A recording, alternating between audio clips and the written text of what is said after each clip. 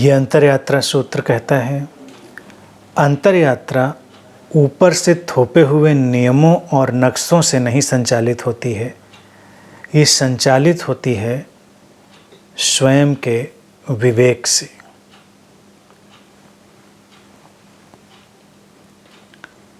अंतरयात्रा के लिए कोई भी नक्शा और नियम ऊपर से थोपा नहीं जा सकता।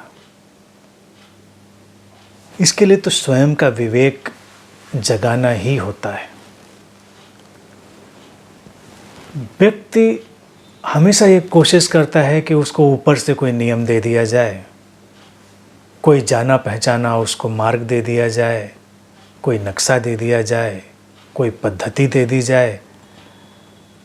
लेकिन अंतरयात्रा के लिए तो ये अनावश्यक है, गैर जरूरी है। और अगर दे दिया जाए तो फिर कोई झूठी यात्रा होगी, छद्म यात्रा होगी, इनर जर्नी, अंतरयात्रा नहीं होगी। वो अंतरयात्रा जो व्यक्ति को उसके स्वभाव में ले जाती है, उसके लिए बिल्कुल अलग ही प्रक्रिया आवश्यक होती है, और वो स्वयं का विवेक जागृत करना। कैसे जागृत करें विवेक? क्योंकि लगता तो व्यक्ति को यही है कि मैं विवेक से ही संचालित हूं। विवेक सूक्ष्म प्रक्रिया है,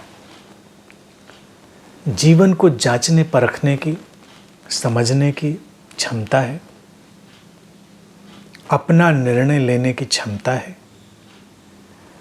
और अपना कदम उठाने का साहस है। गलत होने की भी तैयारी है। हो सकता है तुम गलत हो सकता है तुम मार्ग से भटको, लेकिन कोई इससे फर्क नहीं पड़ता। तुम चले, तुमने चलने की कोशिश की, उस समय की तुम्हारी जो समझ थी, तुम्हारी जो बुद्धि थी, उससे तुमने अपने निर्णय लिए। ये सबसे आवश्यक बात है। और फिर बाहर से अगर कोई नक्शा आया, नियम आया, कोई पद्धति आई, कोई सिस्टम आया, तो वो तुम्हारे अनुकूल हो, ये तो आवश्यक नहीं। इसीलिए अध्यात्म के जगत में एक बहुत बड़ी भूल भुलैया पैदा होती है। वो भूल भुलैया इसलिए पैदा होती है कि जो जिस रास्ते से पहुंचा होता है वो उस रास्ते की शिक्षा देना शुरू करता है, उस रास्ते की वो प्रीचिंग देना शुरू करता है। लेकिन जो उस उपदेश को ग्रहण कर रहा है, यानी उस शिक्षा को ले रहा है, उसके जीवन की परिस्थितियां बिल्कुल भिन्न हैं, उसकी कंडीशनिंग बिल्कुल फ़र्क है। जो पहुंचा था उसकी परिस्थितियां अलग थीं, उसकी कंडीशनिंग फ़र्क थी। तो जो मार्ग उसके लिए सुगम हुआ था या उसके लिए उसने आसानी पैदा करी थी, वो उसकी उस कंडीशनिंग और उसकी उस परिस्थिति विशेष के कारण था। तो जो वहाँ काम आया वो यहाँ भी काम आएगा, ये ज़रूरी तो नहीं। हाँ, कभी कभी लग सकता है कि काम आ रहा है, काम आता हुआ प्रतीत हो सकता है, लेकिन अंतिम रूप से उसका परिणाम नहीं होता। अब नियम ऊपर से नहीं दिया जा सकता, ये बात भी बड़ी महत्वपूर्ण है, क्योंकि नियम तो अपने विवेक से पैदा होगा।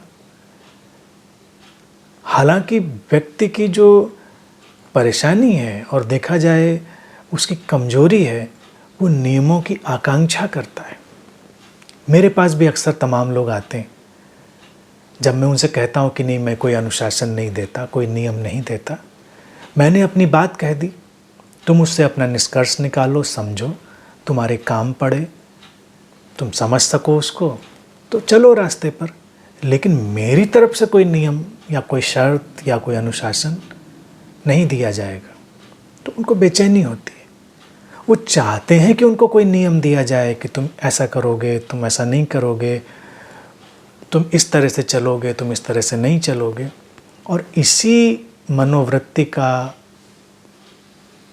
लाभ लेते हुए तमाम संगठित धर्मों ने, तमाम संप्रदायों ने, कल्ट्स ने लोगों को तमाम नियम और नक्शे पकड़ा दिए।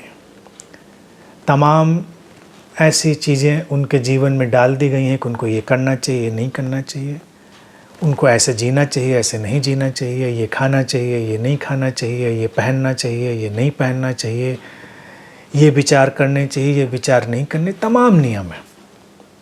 और लोग खुश हैं क्योंकि उनको लगता है कि वो नियमों का पालन कर रहे हैं। कभी कोई धार्मिक आयोजन हो, तुम देखो लोग कितने खुश होते हैं। कोई अभी व्रत आ जाए तो उनका व्रत का एक विधान है कि तुम इतने बजे उठोगे, ये नहीं खाओगे, ये नहीं पहनोगे, इस वक्त तुम्हारी पूजा होगी, इस वक्त ये होगा। तो सारा एक सिस्टम है, पूरा मैप है, नक्शा है, नियम है। व्यक्ति उससे संतुष्ट रहता है।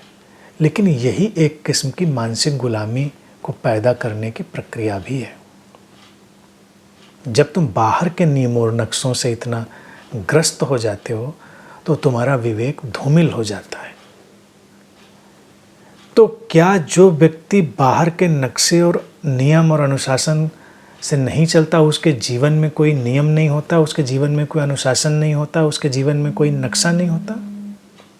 नहीं होता है, लेकिन वो उसके अंतरतम से आता है, वो उसके विवेक से आता है और वो प्रवाह में होता है, फ्लूइड होता है, परिवर्तनशील होता है, उसमें बदलाव की गुंजाइश होती है।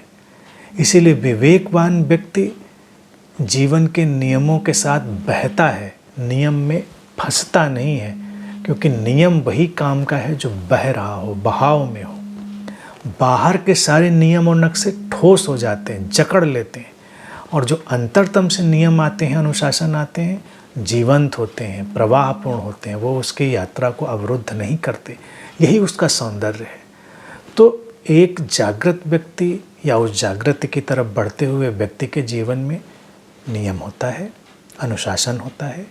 उसके जीवन को देखेंगे तो लगेगा उसके जीवन में भी एक नक्शा है जिससे वो चल रहा है, लेकिन वो अस्तित्वगत है, उसके अंतरतम से उपजा है, वो थोपा हुआ नहीं है, और यही उसका आनंद है।